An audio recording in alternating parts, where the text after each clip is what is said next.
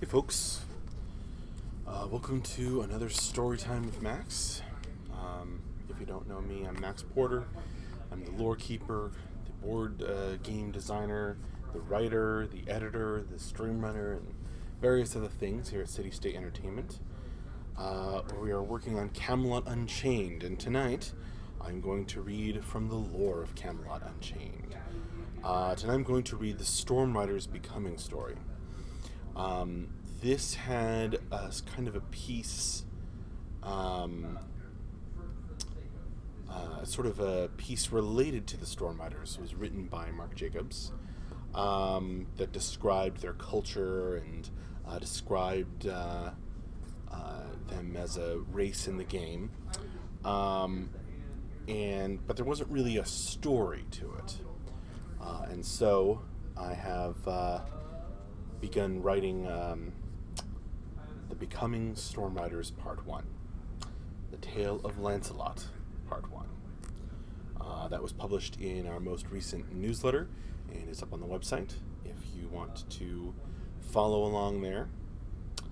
But tonight I'm going to be reading Part 1. So, I just realized that's not in the title of the video or the stream.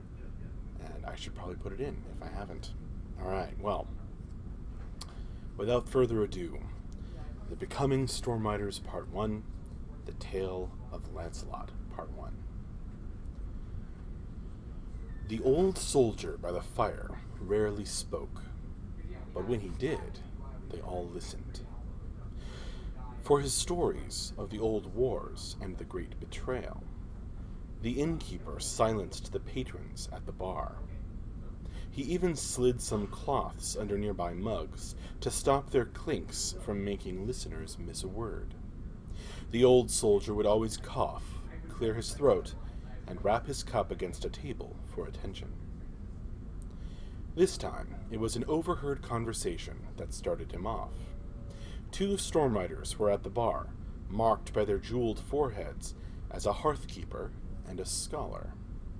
They were arguing about what had really happened back in the old days when their castes and traditions were new. Every now and then, one of them darted a sly glance at the older, heavily scarred man by the fire, hoping he would chime in. Eventually, they got their wish. All right, I've heard enough. You two don't know what you're talking about. Clank went his cup against the soot-darkened stones. Expectant silence swept over the room, as even a nearby drunk warrior caste's eyes flashed in the firelight. She may have started her wine a little too early in the evening, but she would certainly stay awake now. It was time for another of the old Stormriders' stories. And, from the sound of his throat clearing and the rush of the innkeeper to fill his cup, it was going to be a good one. So then, you want to know how it all started? How the traditions of the Stormriders came about? You want to know how the first of our people came to know the king? You want to know why each of us must dedicate themselves to a cause? Do you want to know why we must show our devotion to the Rider's Oath with binding and blooding? And why we must ride the storm? Without waiting for an answer, other than a chorus of nods, the old Stormrider rubbed the mysterious, unrecognizable jewel on his forehead and began. There, by the lake, on the edge of the town, the morning winds were a cold reminder of winter's passing in the warm spring sun. Lance was an orphan, eating a breakfast of cold bread on an old dock on the lake. He was a very serious lad, having had to grow up at an early age, and didn't smile even as his friends and fellows splashed, making the sun's rays glitter on the water all around. Elaine, another of the street urchins, was holding court with a story. Her child's hands made gestures as she spoke, laughing at the humorous parts. It was a classic story of the town, a folk tale that had lasted for generations. Though the older children had surely heard the story many times before, they laughed at all the same jokes over again. It was a tale of the Lady of the Lake, spiritual guardian and caretaker of the village. Though this tale had its funny moments, Lance remembered that the ending was sad. He tried to still his shiver as he finished washing his face. Elaine struck a pose with a wistful look on her face, as if the past few years since she had joined their little band suddenly weighed upon her. As the Lady of the Lake goes, so does the town. But they say that in the breaking, she disappeared, never to return. Unless she's been in the lake the whole time. Elaine punctuated this with a playful splash. Somehow, in a way that made no sense at all to Lance. This struck the other children as funny, and they nearly collapsed into giggles. Maybe it was nothing more than the sunny morning, and the cold water making them all giddy. But fear not, Elaine held up a finger proudly, for it is said that a warrior of great skill and courage will appear, and be blessed by the lady. Lance grinned. Though he had never learned to laugh in his brief, hard life, Elaine somehow managed to make a powerful feeling of hope rise in his chest. However, a silence fell over the other children. Instead of shouting proudly at the end of her story, they huddled closely together, as if a shadow had crept past. All in a moment, they looked like the street urchins that they were, lost, forgotten, and lacking a home. Lance turned around. Walking by along the quays were some larger, lanky figures. Greasy-haired and dirty-looking, they pointed and laughed at the urchins in the water. Halfway still children themselves, to tell the truth, Lance thought, but much, much bigger than the young ones now washing in the lake. As they passed on their way to start the day's labor, they roared with laughter and shook their fists to frighten the children. It made no sense to Lance. They had grown up in this same place, among the same houses, by the same lake. Surely they should understand the desperation before them. But the guffaws passed on unabated, the harsh and unpleasant sound barely forming words. Water rats never get clean. Lance shook his head and helped some of the smaller children out of the water to begin drying off. It was time to find the familiar begging spots in the confusing jumble of the town, and pick out dropped coins from the cobblestones. He barely noticed Elaine's hard stare, her round child's face stiffening into a mask of hurt and anger. If he had looked more closely, perhaps he could have seen the thoughtful, crafty look in her eyes as well.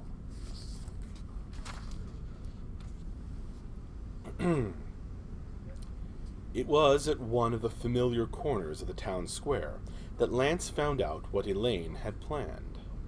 In the evening of the following day, the market was closing down, slowing down. The low sun's rays glinted off the brightly colored awnings as the weary merchants began to roll them up. Off to one side were the loud, annoying fishermen, pocketing their coins from the day. Lance looked up as a shout echoed through the square. He glimpsed Elaine scrambling away in the shadows, clutching a leather coin purse in one hand. I may have to go ask them not to vacuum today. Be right back.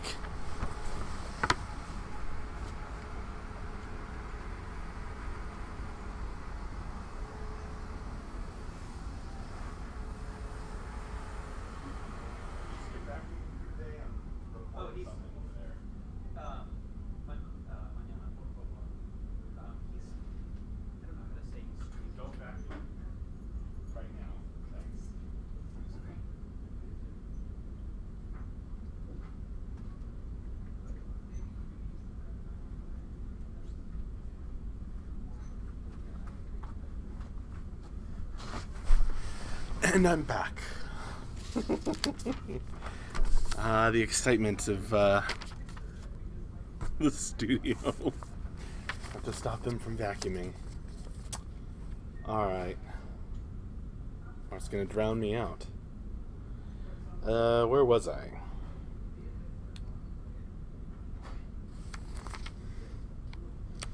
Vacuuming in the middle of a stream? That sucks, Max. Yeah, that's right. The man with no screen name. Thank you so much for that pun.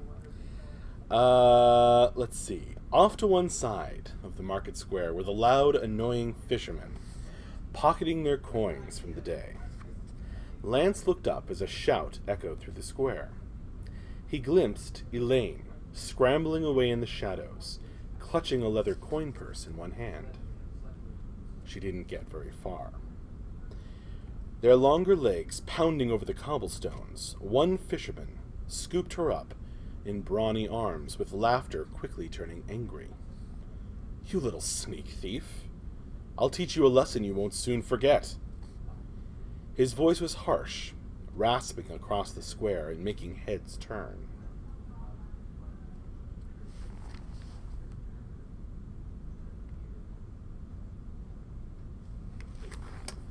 This looks like some Latin in the chat. Elaine was a scrappy fighter, squirming and twisting to get away. She wasn't afraid to throw in a few kicks and bites either.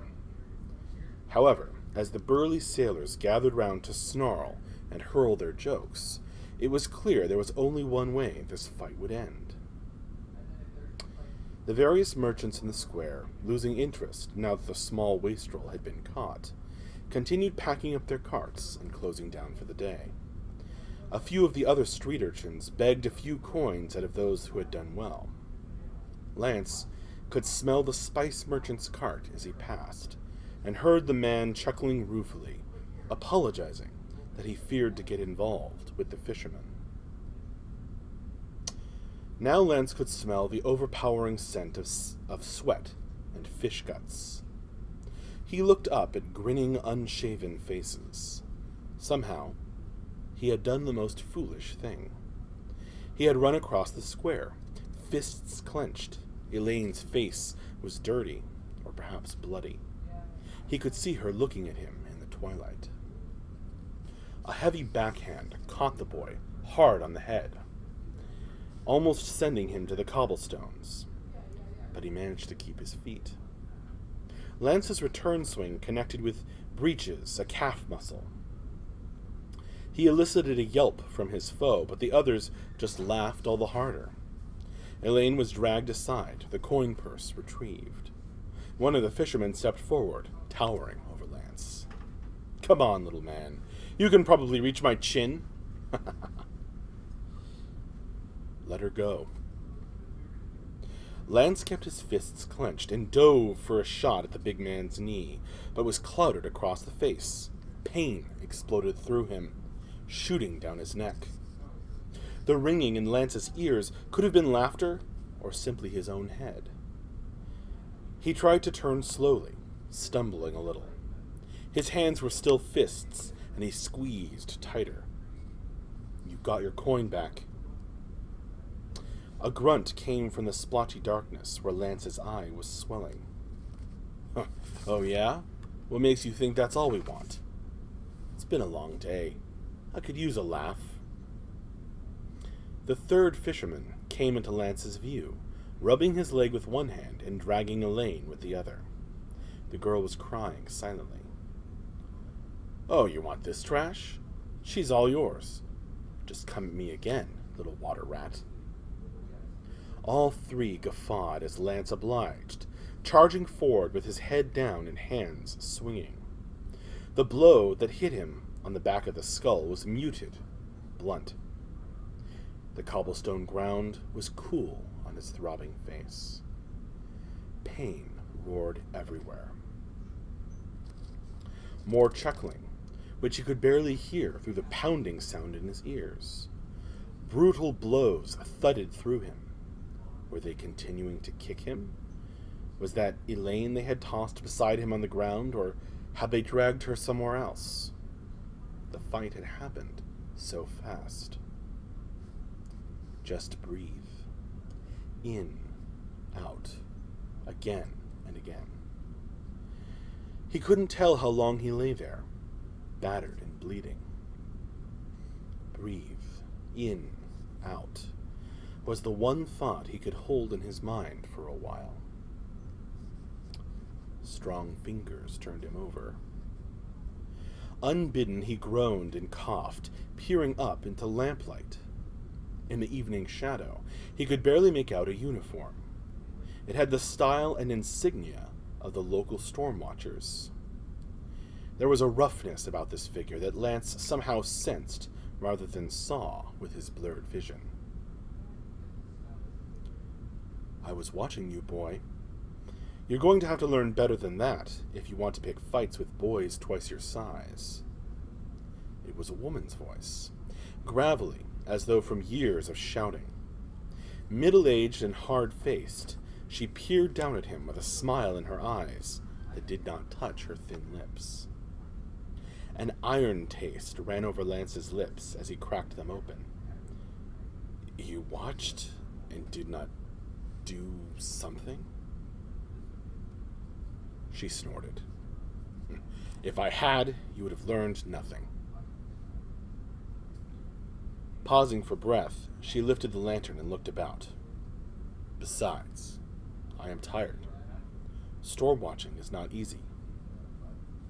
Lance shivered. It hurt. "Elaine? The girl you so nobly tried to save. She ran off while they were beating you. She wasn't really hurt much. Looked worse than it was. Maybe she's learned a lesson too." The woman turned back to Lance, studying him coldly, as if he were a fish she wasn't too interested in buying. Lance winced. Hurt. "Well, get up. I made sure they didn't kill you, but I'm not going to carry you, boy." For a moment, her iron gaze met his. "There's a cold cheese and a warm bed waiting, if you can make it. And, to be honest, maybe a bath." That sounded good. Maybe it would save his life. Lance stifled groans as he rolled over onto his knees, certain that all his joints would break apart. She didn't laugh as she watched him, never offering aid. Instead, she cleared her throat as she stood up. "You can pay me back in the morning." Lance heaved a breath on his hands and knees, wondering if any bones were broken. "I can't pay." "Then you can pay with work. That is what I intended from the beginning, boy. Now come along." She turned away and began walking, her lantern throwing light up the walls of the houses and shops that lined the square. Struggling, Lance tottered after, grinding his teeth as each step shot pain through his torso, neck, and head. Breathe, in, out, in, out. One foot follows another. The woman's powerful voice came from the street ahead. "You may call me Ms. Lack. And what is your name?" Trying to straighten, he wheezed a little. "Lancelot." The grizzled storm watcher turned and raised an eyebrow at him. "Lancelot? That's a very fancy name for a street rat." "They call me Lance," he offered, a little crestfallen despite himself as he hobbled along. Ms. Lack grunted and shook her head, turning back to lead on along the cobblestone street. Over the sounds of laughter coming from a nearby tavern window, she said, "Then you should learn to use one." Lance tried to shrug, but it was too painful. He just followed as the woman went around a corner. Looking up, he stopped in his tracks as he saw something glinting between two dark buildings. A pair of piercing blue eyes peered from the narrow opening of a side street. He said nothing, and only barely glimpsed the small girl that turned and ran down the alleyway, knife clutched in her white-knuckled grip. Thus ends part 1 of the becoming story of the Stormriders. I hope you have enjoyed. And despite our brief interruption, and I will see you later. Let's see. Tomorrow is Thursday. Let me drop the.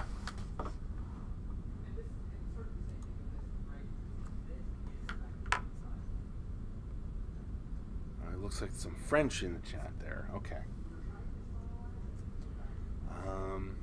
I don't know if I can answer that question. We do have a French Facebook page that is manned by Charles, so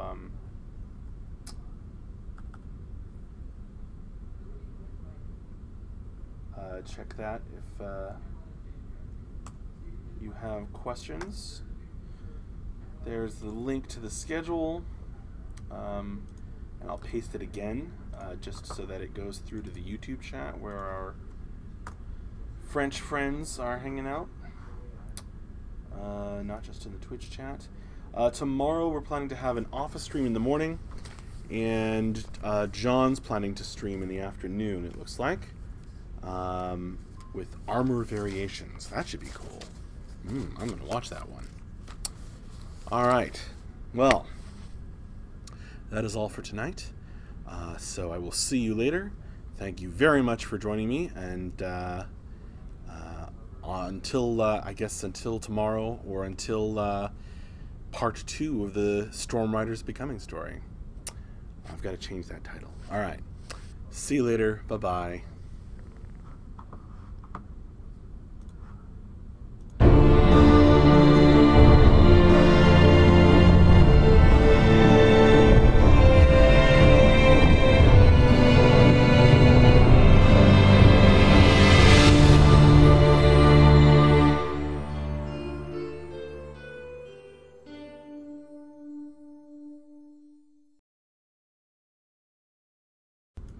Paste that French into Google Translate and see what it says.